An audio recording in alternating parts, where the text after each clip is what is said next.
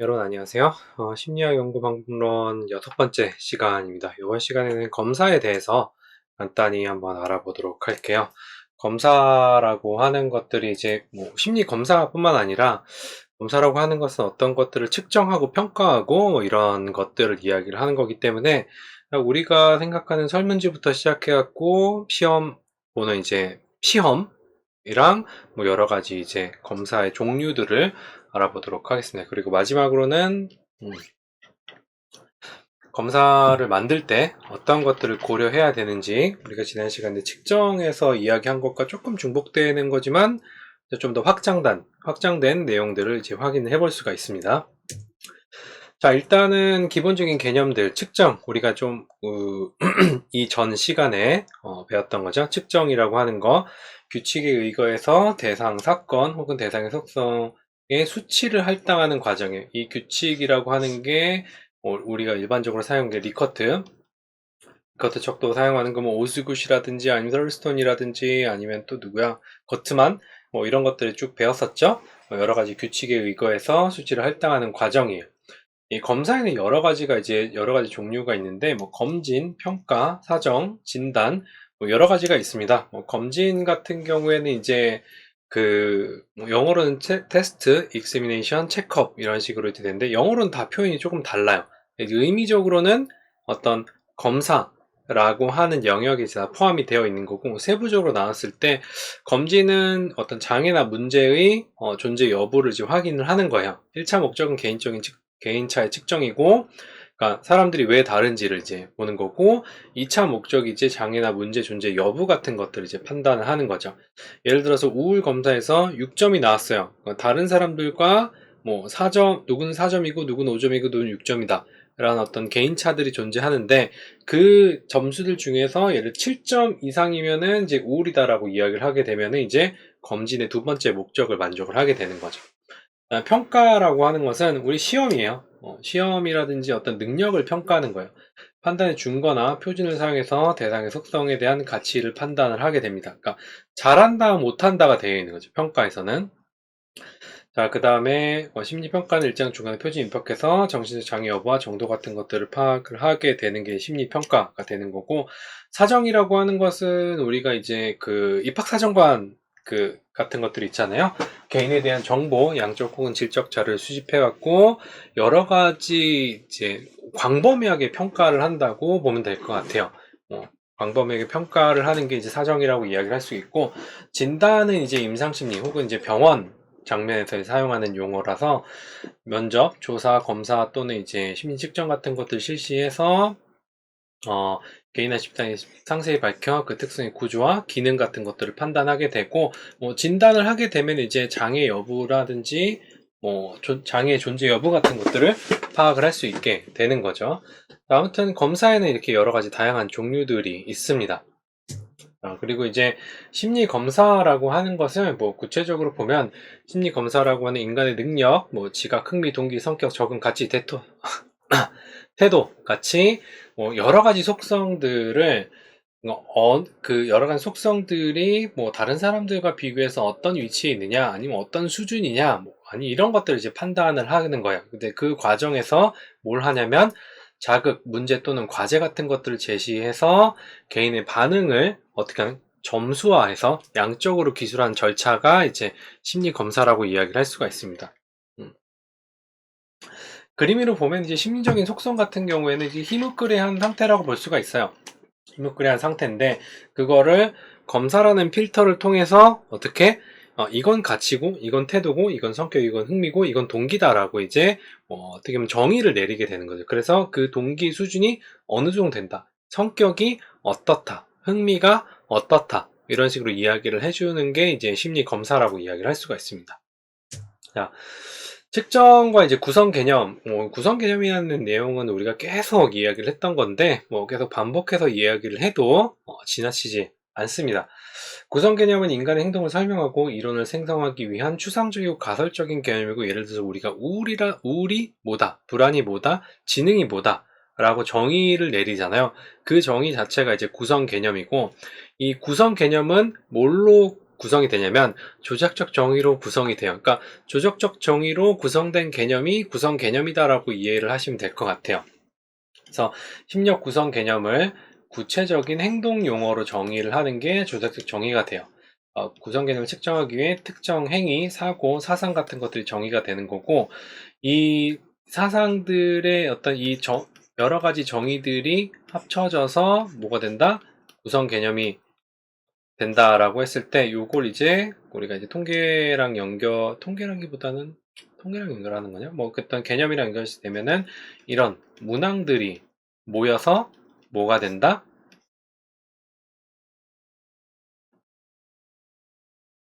이 잠재 변수 있죠? 문항들이 모여서 하나의 잠재 변수가 된다라는 점을 이제 비교해 생각을 해보면은 여러분들이 사용하는 설문지나 아니면 척도나 검사가 가진 여러 가지 문제가 뭐냐면 각각 다 하나의 조작적 정의라고 이야기를 할 수 있습니다. 그래서 저는 이제 이건 제 개인적인 의견이에요. 뭐 동일하게 예전에 똑같이 얘기했던 것 같긴 하지만 여러분들이 이제 통계를 돌릴 때 신뢰도가 나오지 않았을 때 신뢰도를 저해하는 척도 문항을 제거하고 신뢰도를 좋게 만들어서 보고를 하게 되면은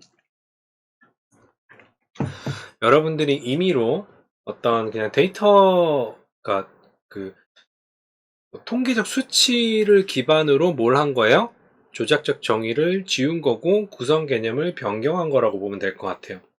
그래서 엄격하게 이야기를 하면 그렇게 하면 안 된다고 저는 이제 이야기를 하는데 관례적으로 하는 부분들이 있기 때문에 넘어가면은 넘어갈 수도 있어요. 근데 저는 못 넘어갈 것 같아요, 그건. 그러니까 그런 제한점을 이제 이슈화 시켜가지고 뭘 해야 되냐면 또 논문을 쓸 수가 있는 거죠. 이 척도가 뭐가 잘못됐다라고.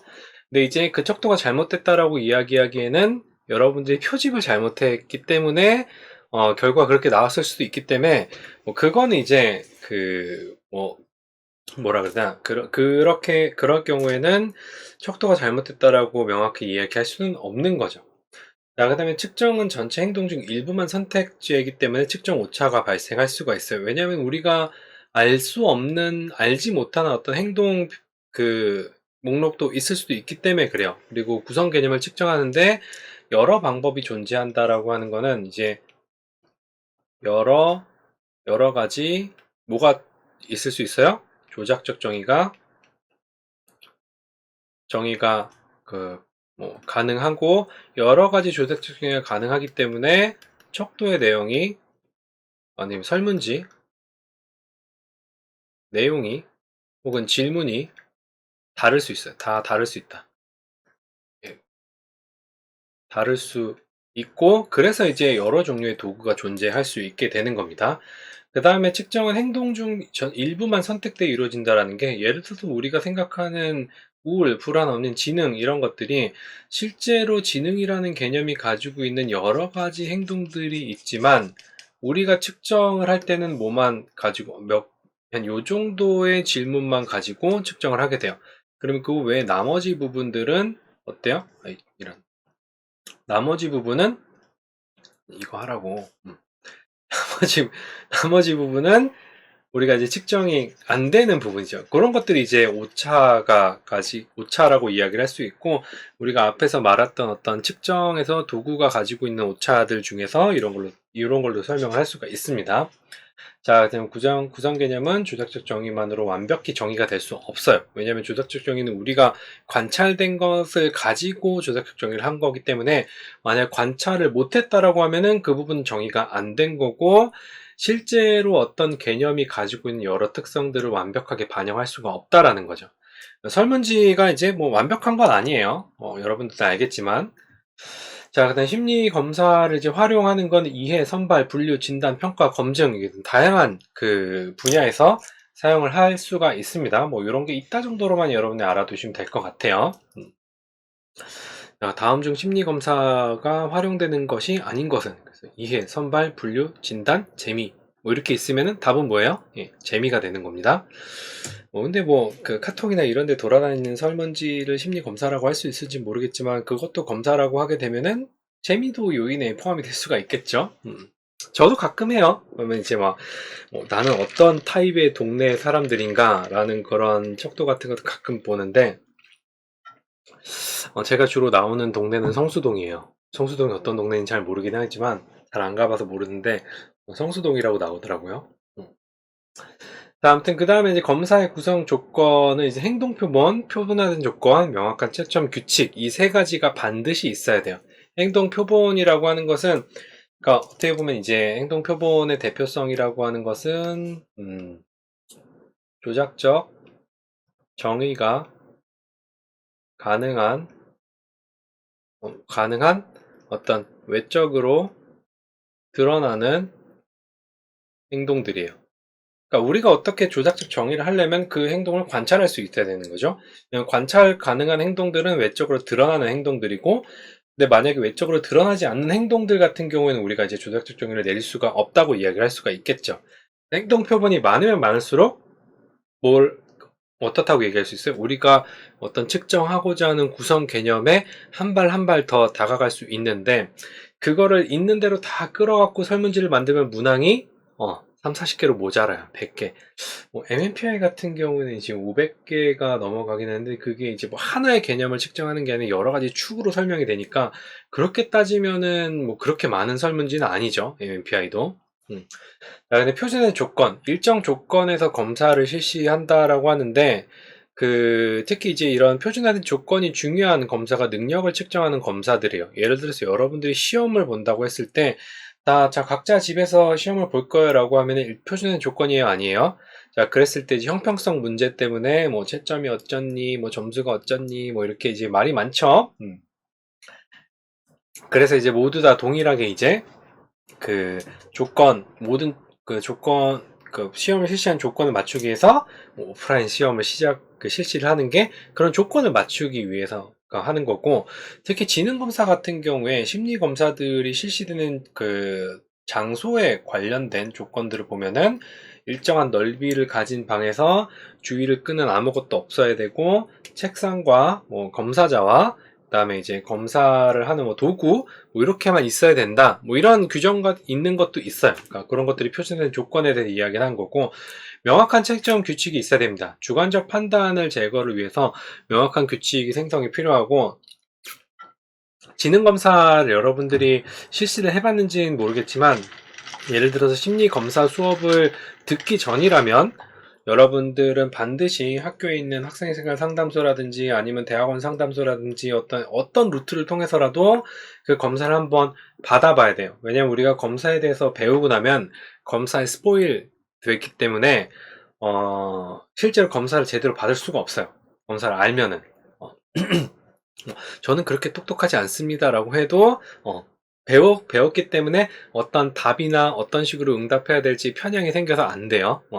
명확한 책점 규칙 얘기하다가 어쨌든 그런 규칙 같은 것들을 배우기 때문에 검사를 미리 받아야 되고, 이 주관적 판단 제거를 위해서 명확한 규칙 생성이 필요하다는 게, 평가자들마다 행동의 평가가 다르면은 점수가 다 달라질 수 있기 때문에 명확한 근거가 있어야 됩니다. 지능검사 같은 경우에는 사람들이 응답한 어떤 응답의 개수라든지 이거에 따라서 점수 채점 규칙 같은 것들이 세세하게 명시가 되어 있습니다.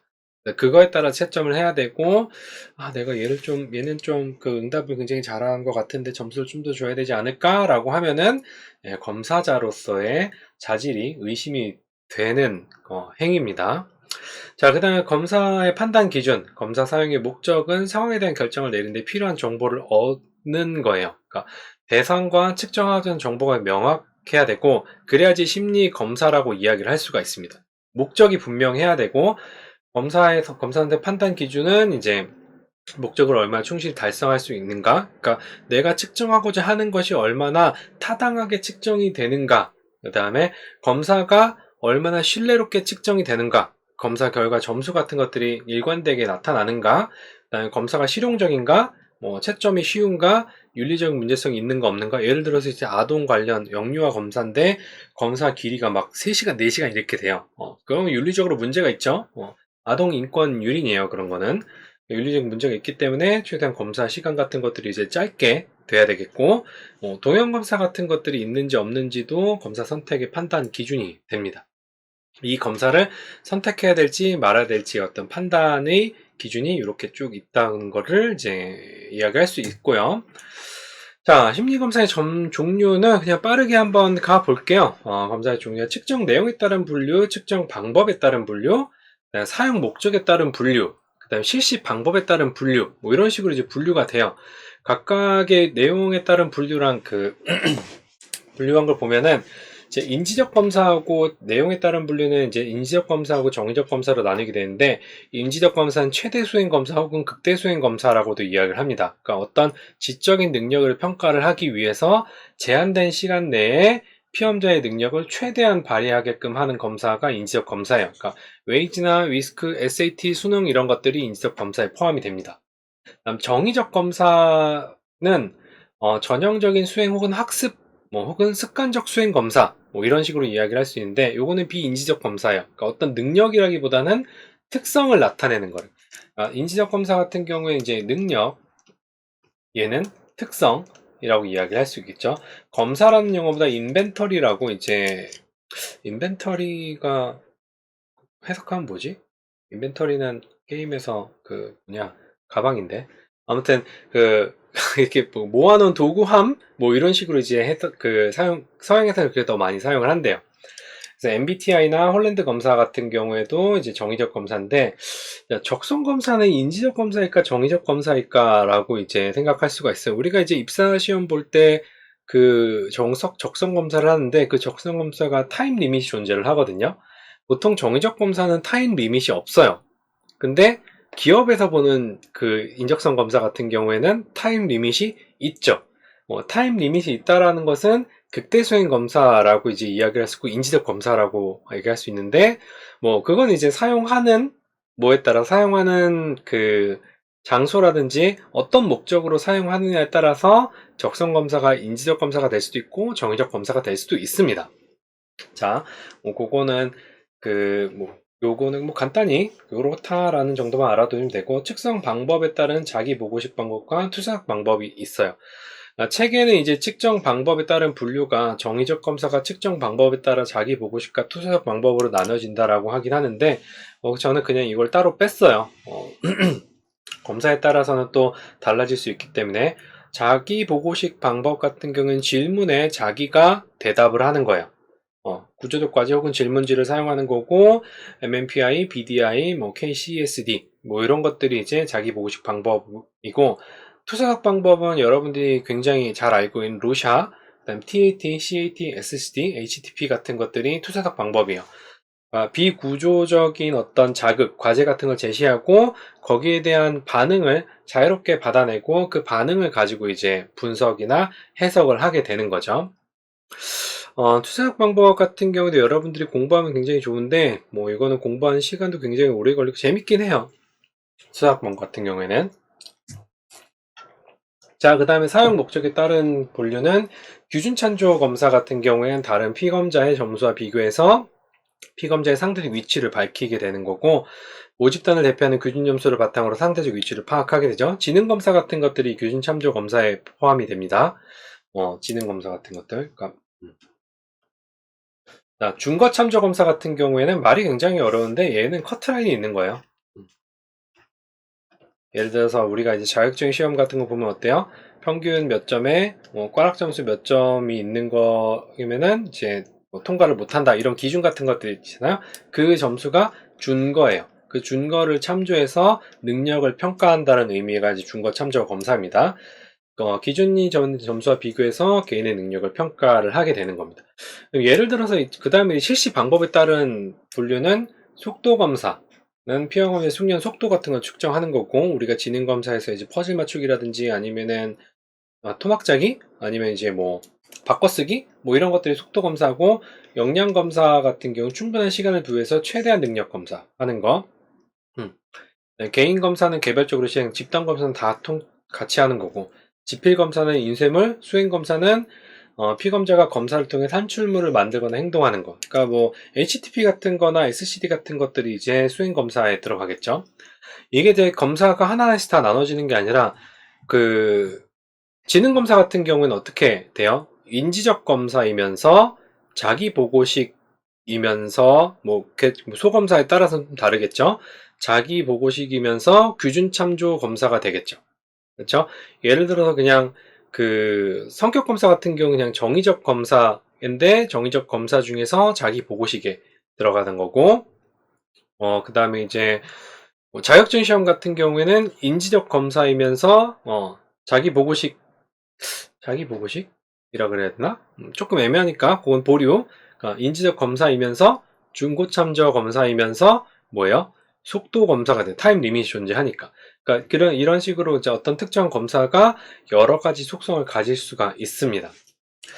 자, 그 다음에 이제 검사 개발의 단계를 간단히 슉 하고 살펴볼게요. 일단 검사, 여러분들이 이제 심리 검사라든지 설문지의 개발 단계라고 보면 될 것 같아요. 그래서 목적을 파악해야 되고 구성개념 대표하는 행동 탐색하고 범주별 상대적 중요도를 결정하고 문항개발, 문항검토, 사전검사, 본검사, 자료분석, 검사의 규준화, 수정 및 발행 뭐 이런 것들이 쭉 거쳐서 하나의 검사가 나오게 됩니다. 자, 그랬을 때 각각을 좀 볼게요. 검사 일단 맨 처음에는 검사의 사용 목적을 이거 왜 만들어야 되는지를 알아야 된다는 거죠. 왜 만들어야 되고 무엇을 측정해야 되는지를 파악을 해야 돼요. 그래서 무엇을 측정한다라고 하는 목적이 나오게 되면은 그 목적에 맞는 어떤 대상에 대한 구성 개념을 대표하는 행동들을 파악을 해야 되겠죠.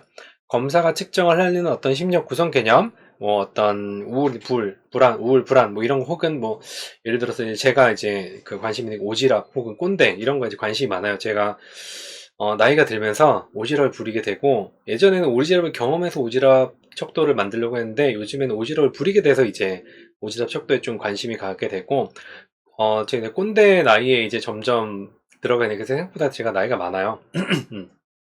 꼰대 척도를 이제 그 꼰대 척도를 이제 그 만들고 싶어서 예시를 이렇게 집어넣는데 이게 이제 어떤 행동들이 오지랖이고 어떤 행동들이 꼰대냐 뭐 이런 것들을 이제 정해야 되겠죠. 뭐 그러기 위해서는 그 구성 개념을 정의를 해야 돼요.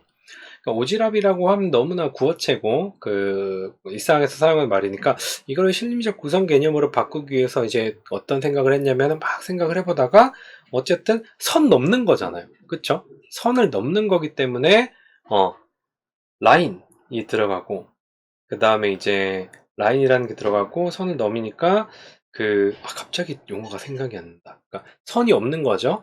그 다음에 다른 사람한테 관여를 하는 거니까 그걸 영어로 바꾸면은 borderless concern이라고 이야기를 할 수 있겠죠. 그래서 경계선이 없는 관여라는 개념으로 오지랖을 측정할 수 있겠죠.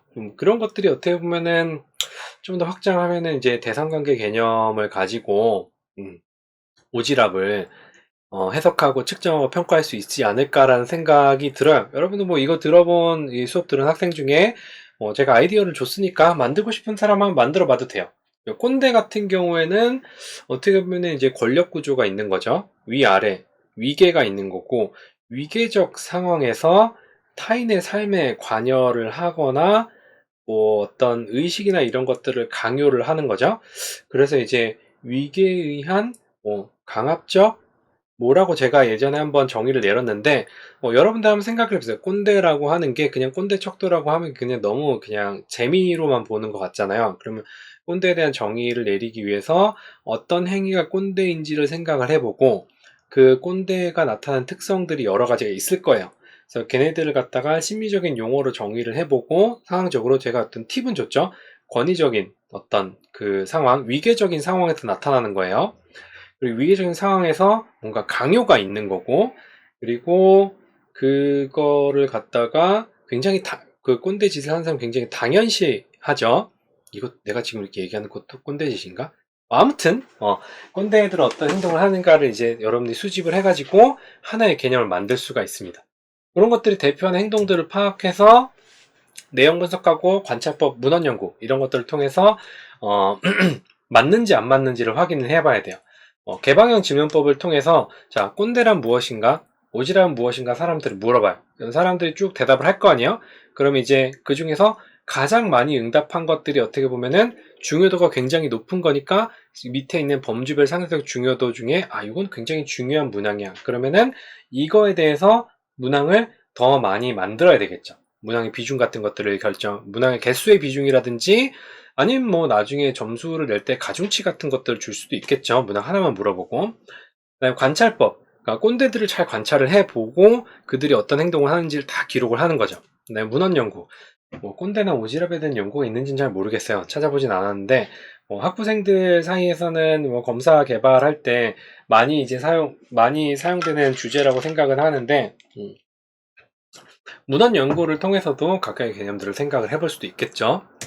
자, 그 다음에 이제 문항을 개발을 하는데 문항을 개발할 때 문항 반응 양식을 결정을 해야 돼요. 우리가 앞에서 측정에서 배웠던 것처럼 뭐 오스굿이나 구트만이나 아니면 썰스톤이나 아니면 리커트 뭐 여러 가지 방식이 있는데 그런 것들을 가지고 이제 측정을 해볼 수가 있을 거예요. 측정해 볼 수가 있지만 일단 뭐 진이형은 이제 예 아니요 이거고 중다선택형은 여러 가지 선택지 주어지고 가운데 정답 하나를 선택하는 거예요. 뭐 어떻게 보면 중다선택형은 객관식이에요. 객관식. 진이형은 예 아니요. 뭐 맞다 틀리다 진실이다 아니다. 뭐 이런 것들이 이제 그 문항 제작의 용이성이고 채점 평가 용이성이 있긴 하지만 뭐 요건 어떻게 보면은 답변이 두 개밖에 없기 때문에 실제로 심리 검사나 이런 것들을 만들 때는 분산 같은 것들이 굉장히 크게 나타날 수가 있어요. 그래서 잘 안 써요. 중단 선택형은 시험에나 쓰는 거고 심리 검사 같은 경우에는 심리 검사나 아니면은 설문지에는 잘 쓰지 않습니다. 그러니까 여기 보면 이제 리커트를 가장 많이 쓰고 이부나 동의, 부동의 같은 경우는 예, 아니오랑은 좀 달라요. 그러니까 대답하는 게 맞다, 틀리다 하고 동의한다, 동의하지 않는다는 뉘앙스 자체가 다른 거예요. 물론 구분은 1과 0으로 코딩이 되긴 하지만 그걸 통해서 우리가 해석하는 게 다르기 때문에 예, 아니오야 이부나 동의, 부동의가 나눠지게 되는 겁니다. 그래서 태도 측정이나 성격 검사의 경우에 사용이 되는 거고 장점은 점수가 굉장히 단순해요. 뭐 그런 것들이 있고 어떻게 구성하는지에 대해서는 이런 방식, 그러니까 뭐 역체점 문항 같은 것들을 만들어서 하는 거랑 비슷하죠. 태도 같은 것들은 그때는 맞고 지금은 다르다라고 했을 때 이제 그 시험 검사를 시작할 때는 맞고 검사 끝날 때는 다르다라고 하는 게 인간이기 때문에 그런 것들이 그런 문항을 만들어서 그 성실하게 응답을 했는지 안 했는지를 갖다가 이제 봐야 되겠죠. 리커트 척도는 굉장히 쉬운 점수화가 단순하고 편하게 사용되기 때문에 가장 많이 사용하는 반응 양식이에요. 양극 형용사 체크 같은 거 오스굿의 의미분석법 우리가 이제 측정에서 이야기를 한 겁니다. 요것도 이제 선호라기보다는 어떤 개인의 의견이라는 성향 같은 것들을 보기 위해서 의사라 그래나? 개인의 의사? 의도? 성향? 판단? 뭐 이런 것들을 이제 볼 때 사용하는 겁니다. 오스굿의 의미분석법은 우리가 이제 지난 시간에 이야기를 했으니까 넘어갈게요. 자, 문항 작성 시 고려할 점들에 대해서 알아보고 이번 시간이 아니구나. 검사 개발의 단계도 있구나. 미안해요. 문항 작성 시 이제 고려해야 될 점은 문장 현재 시제로 작성해야 되고 사실적인 해석될 수 있는 문장을 사용하죠. 이게 무슨 말이냐면은 자, 해는 동쪽에서 뜬다. 이런 문항 만들지 말라는 거예요. 그런 문항을 만들 이유가 있나라고 물어볼 수도 있겠지만 기본적인 지적 능력을 개발하기 위해서는 그런 문항을 만들 수도 있긴 하겠죠. 그러니까 상식 같은 경우에는 사실에 대한 문항을 만들 수도 있긴 하지만 딱히 그렇게 중요한 내용은 아니에요. 혹은 이제 그런 것들 그런 사실 문항뿐만 아니라 예를 들어서 트라우마 같은 거 연구를 할 때는 그런 트라우마를 불러일으킬 만큼 굉장히 사실적인 묘사라든지 이런 것도 약간 조금 자제를 해야 된다는 의미로 생각을 하면 될 것 같아요. 한 가지 이상으로 해석될 수 있는 문장을 피할 것, 이런 경우가 가장 큰 문제가 되는데 한 문장 안에는 하나의 개념을 측정하는 지문만 있어야 돼요. 만약에 여기에 두 가지로 해석할 수 있는 문장이 들어가게 되면은 어떻게 돼요?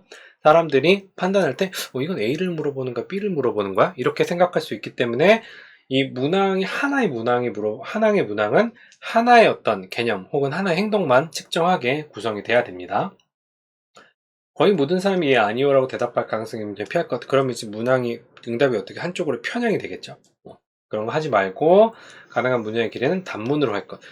긴 문장으로 하게 되면은 처음에 이제 주어가 뭐였지? 라고 이제 생각을 하게 돼요. 그래서 사람들이 정확하게 문항에 응답할 수 있도록 문항의 길이는 다 단문으로 해야 됩니다. 자, 그 다음에 문법상 오류가 없는 문장을 사용하는 당연하죠. 전체 긍정 혹은 전체 부정을 나타내는 단어 같은 것도 피하고, 여기 있는 거 쭉 보시면 될 것 같아요. 이런 것들. 그건 가장 중요한 응답자들의 성실성을 기대하지 말 것. 그 기대하면 희망을 가지게 되고, 희망을 가지게 되면은 나중에 이제 그 뭔가 결과가 잘못 나왔을 때 굉장히 힘들어져요. 응답자의 성실성을 기대하지 말고, 이게 교과서에 있는 내용이에요.